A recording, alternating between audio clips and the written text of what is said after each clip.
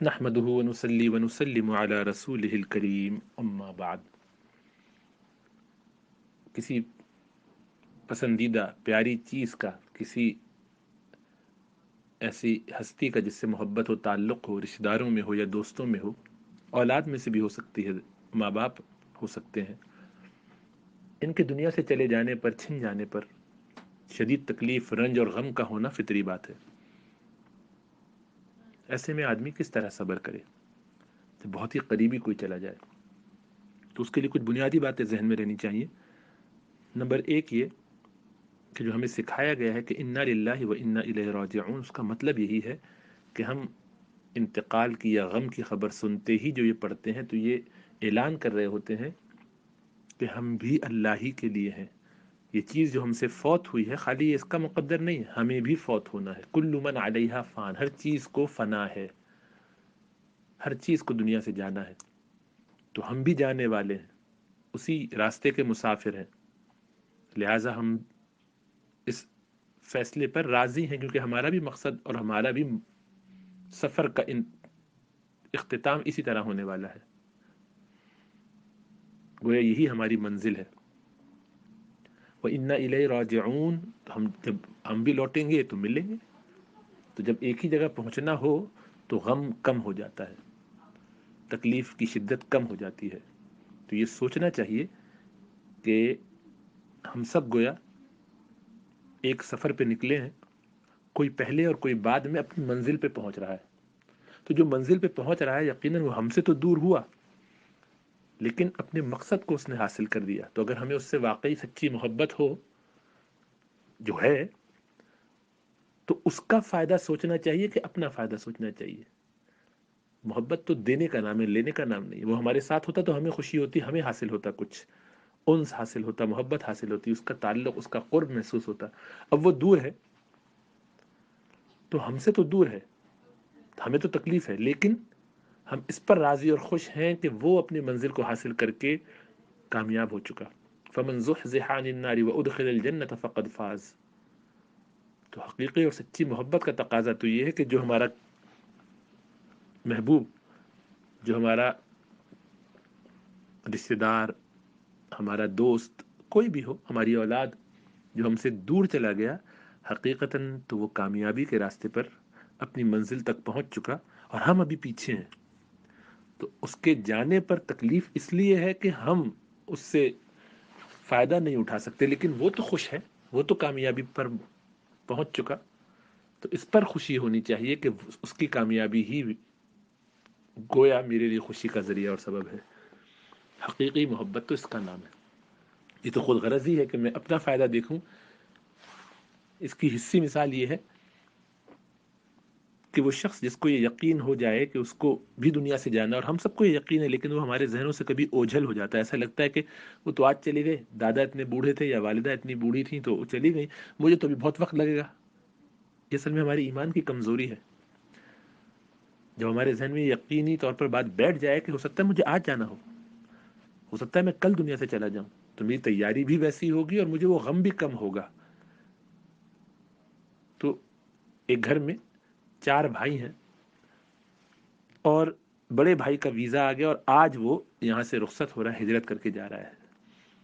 سارے گھر والے اداس اور غمزدہ ہوں گے کیونکہ ابھی جا رہا ہے، وہاں تعلیم حاصل کرے گا، 3-4 سال اس میں لگیں گے، پھر شادی ہو جائے شاید اس کی وہیں پر، یا یہاں سے ہو کر وہ وہاں چلا جائے، نوکری وغیرہ کرے تو پتہ نہیں پھر بعد میں آتا ہے کہ نہیں آتا. سال میں 1 دفعہ آتا ہے، 2 دفعہ آتا ہے. تو گویا ایک لمبا عرصہ یہ اپنا کیریئر بنائے گا، وہاں رہے گا. ہو سکتا ہے کہ پھر کبھی پلٹ کے نہ آئے، سعودی عرب چلا گیا ہے، برطانیہ چلا گیا ہے، امریکہ چلا گیا ہے، یا کہیں چلا گیا ہے.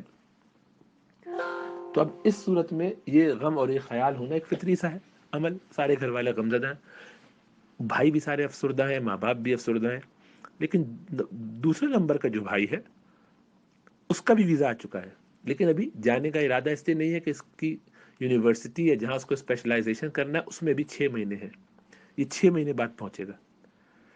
تو جو غم باقی گھر والوں کو ہے اور ماں باپ کو ہے، باقی رشتہ داروں کو ہوگا، وہ زیادہ شدید ہوگا کیونکہ ان کو معلوم ہے کہ یہ وہاں جانے والے نہیں ہیں، ان کا کوئی ارادہ نہیں ہے ادھر جانے کا، ان کو وہاں نہیں پہنچنا.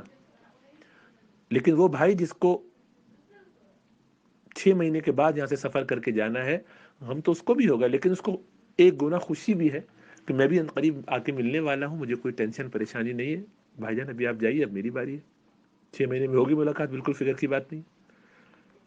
تو یہ ایٹیٹیوڈ کا فرق کیوں ہوا؟ اس لیے کہ ایک کو یقین ہے کہ اس کی ملاقات عنقریب ہونے والی، دوسرے کو نہیں ہے۔ تو ہمیں اپنے ایک تو ایمان کو جانچنا چاہیے کہ کب ہمارا بھی وقت آ سکتا ہے، اسی لیے ہم یہ کہتے ہیں انا للہ و انا الیہ راجعون، ہم بھی لوٹنے والے ہیں۔ اس پر حضرت عبداللہ ابن عباس رضی اللہ تعالیٰ عنہما فرماتے ہیں کہ سب سے زیادہ اچھے طریقے سے جس نے میری تعزیت کی میرے والد عباس رضی اللہ تعالیٰ عنہ کی انتقال پر، وہ کسی نے نہیں کی۔ فرمایا کہ یہ اعرابی، یہ بدو ایک میرے پاس آیا تھا اور اس نے خالی 4 لائنیں، یعنی یہ 2 اشعار میرے سامنے پڑھ دیے، اور حقیقت یہ وہ فرماتے ما عزانی احد احسن من تعزیتہ، کہ اس سے اچھی طرح کسی نے میری تعزیت نہیں کی۔ وہ کیا تعزیت کی؟ اس نے خالی اتنا کہا اصبر نکن بک صابرین فانما صبر الرعیت بعد صبر الرأس، صبر الرعیت بعد صبر الرأس خیر من العباس اجرک بعدہ واللہ خیر منک للعباس۔ کہتے ہیں کہ صبر کیجئے، نکن بک صابرین، کہ ہم بھی پھر آپ کے ساتھ صبر کر لیں گے، اگر آپ صبر کریں گے اپنے والد کے انتقال پر، غم جو آپ کو ہوا ہے ہم بھی صبر کریں گے، کیونکہ آپ بڑے ہیں۔ فانما، اس لیے کہ صبر الرعیت، کہ عوام الناس کی، رعایا کی، عام لوگوں کا جو صبر ہے وہ لیڈر کے، امیر کے، بڑوں کے صبر کرنے کے بعد ہوتا ہے۔ یعنی اگر حکمران، اگر لیڈر، اگر بڑے علماء، بڑے خاندان کے جو بڑے ہوتے ہیں وہ والدین، یہ اگر صبر نہ کریں تو نیچے والے بھی صبر نہیں کریں گے۔ تو گویا رعایا، عوام الناس جو ہے، عام لوگ جو ہیں، آپ ان کے استاد ہیں، آپ صحابہ میں اب سینئر ترین لوگوں میں سے ہیں، آپ اب امت کے رہنماؤں میں سے ہیں، تو اگر آپ صبر کریں گے تو آپ کے بعد ہی آپ کی رعایا، آپ کے عوام صبر کریں گے۔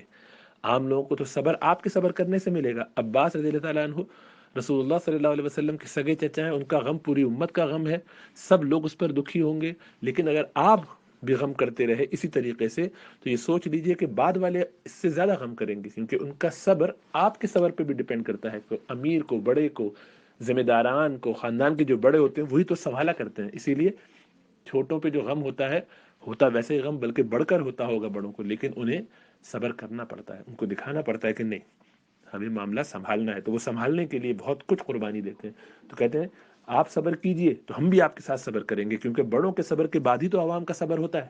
پھر کہتے ہیں بڑی خوبصورت بات، خیر من العباس اجرک بعدہ، حضرت عباس آپ کے پاس تھے اور بہت اچھا حال تھا، بہت خوشی تھی، لیکن ان کے جانے پر جو آپ نے صبر کیا ہے وہ آپ کے لیے عباس سے بڑھ کر ہے۔ یعنی آپ کا فائدہ یہ ہے کہ آپ اس جانے پر، اپنے والد کے چھوٹ جانے پر، ان کے دنیا سے چلے جانے پر جو صبر کریں اس پر جو آپ کو اجر ملے گا، انما یوفی الصابرون اجرهم بغیر حساب، کہ اللہ بے حد و حساب ان کو اجر دیتے ہیں۔ ان اللہ مع الصابرین واللہ یحب الصابرین، اللہ ان سے محبت کرتے ہیں، ان کے ساتھ ہیں جو صبر کرنے والے ہیں۔ بشارت دے دو صبر کرنے والوں کو۔ تو یہ ساری بشارتیں جو ان کو مل رہی ہیں کس وجہ سے مل رہی ہیں؟ یہ صبر کرنے پر۔ تو آپ اگر صبر کریں گے تو عباس جب آپ کے ساتھ تھے تو آپ کو اس وقت صبر نہیں کرنا تھا، تو یہ ساری برکتیں، رحمتیں، اللہ کا فضل آپ پر نہ ہوتا جو آپ پر اب ہوگا۔ تو عباس کا ہونا آپ کے لیے زیادہ فائدہ مند ہوا یا عباس کا چلا جانا آپ کے لیے زیادہ فائدہ مند ہوا؟ ان کا دنیا سے رخصت ہو جانا جس پر آپ صبر کر رہے ہیں یہ آپ کے لیے زیادہ فائدہ مند ہوا۔ اور واللہ خیر منک للعباس، اور رہی یہ بات کہ عباس کے لیے آپ کا ساتھ ہونا اس سے زیادہ بہتر ہے کہ عباس آپ کے ساتھ ہوں، اس سے کئی گنا بہتر ہے کہ وہ اپنے رب کے ساتھ ہوں، کیونکہ اللہ سبحانہ و تعالیٰ عباس یعنی آپ کے والد کے لیے زیادہ بہتر ہے، بہت زیادہ فائدہ مند ہے۔ وہ اللہ کے پاس پہنچ گئے عافیت کے ساتھ جنتوں میں۔ یا ایت النفس المطمئنہ سن لیا انہوں نے، ارجعی الی ربک راضیۃ مرضیہ کی نوید ان کو مل چکی، فادخلی فی عبادی وادخلی جنت کی بشارت لے کر وہ اللہ کے حضور اعلیٰ علیین میں جب پہنچ چکے تو وہ کتنے خوش نصیب اور کتنے خوش ہیں اس وقت۔ اور اللہ ان کے ساتھ ہو، اللہ کی رحمتیں ان کے ساتھ، ان کی خوشی بھی اس میں، آپ کا فائدہ بھی اس میں. تو آپ یہ بتائیے کہ صبر کرنا زیادہ فائدہ مند ہوا اس تکلیف پر، بلکہ تکلیف کا ہونا آپ کے لیے زیادہ فائدہ مند ہوا یا اس کا نہ ہونا؟ تو کہتے ہیں بالکل اس سے ایسا صبر آ گیا، بالکل عافیت ہو گئی. تو اپنے دل میں یہ آدمی احساس رکھے کہ جو تکلیف ہے اس دنیا کی وہ بھی عارضی، جو غم ہے اس دنیا کا وہ بھی عارضی. کوئی چیز یہاں ہمیشہ رہنے والی نہیں ہے سوائے اللہ سبحانہ و تعالیٰ کی ذات کے. تو جب کیفیت یہ ہے تو کسی کے چلے جانے پر غم تو ہوگا، فطری بات ہے، لیکن اس میں ایک گناہ ہماری ذاتی غرض شامل ہوتی ہے کہ وہ ہم سے دور ہوئے گا، ہماری تکلیف ہے، ہمیں تکلیف ہو رہی ہے ہمارے سے دور، لیکن وہ خود اچھے حال میں ہے. تو ان کے مزے، ان کے شوق، ان کے فائدے، ان کے فن، ان کی تفریح کو دیکھے، سوچے کہ وہ تو خوش ہے نا، وہ تو مزے میں. ان کے مزے میں ہونے پر ہمیں غم ہو رہا ہے، ہمیں غم اپنی خود غرضی کی وجہ سے ہو رہا ہے. ہاں اس میں محبت ہے، لیکن وہ تو مل جائے گی، جب جنت میں ملیں گے تو جمع ہو جائیں گے دوبارہ. تو اس لیے اس طرح اپنے آپ کو گویا تسلی بھی دے آدمی، اور سوچے کہ نہیں، حقیقت یہ ہے کہ میں اپنی ذات کے بارے میں زیادہ سوچ رہا ہوں، یہ سوچ رہی ہوں، مجھے آخرت میں ان سے ملاقات کرنے کے بارے میں بھی سوچنا چاہیے، اور ان کے فائدے کو سوچنا چاہیے جو اس صورت میں ہے کہ وہ اپنی منزل پر پہنچ گئے، وہ کامیاب ہو گئے. امتحان گاہ میں سب لوگ بیٹھے ہوئے، کچھ لوگ پرچہ دے رہے ہیں، پرچہ مشکل ہے آسان ہے، سب اپنا اپنا لگے ہوئے ہیں، اور استاد آتا ہے اور آ کے ایک بندے کو اٹھا کے کہتا ہے آئیے آپ میرے ساتھ. اٹھائیے، بس پیپر چھوڑ دیجیے، آپ ہو گئے پاس، نکل جائیے. جب اس کو استاد لے کے جاتا ہے کہتا بھی ان کا تو رزلٹ پاس کر دیا میں نے ان کو. تو آپ یہ بتائیے باقی جو بیٹھے ہوئے لوگ ہیں ان کے اٹھ کے جانے پر افسوس کریں گے کہ خوش ہوں گے؟ کہ چلو ہمارا ایک بھائی یار کامیاب ہو گیا، بڑی خوشی ہوئی، اس کو محنت اتنی نہیں کرنی پڑی، آسانی سے نکل گیا، ہمیں تو ابھی اور بھی پرچے دینے ہیں.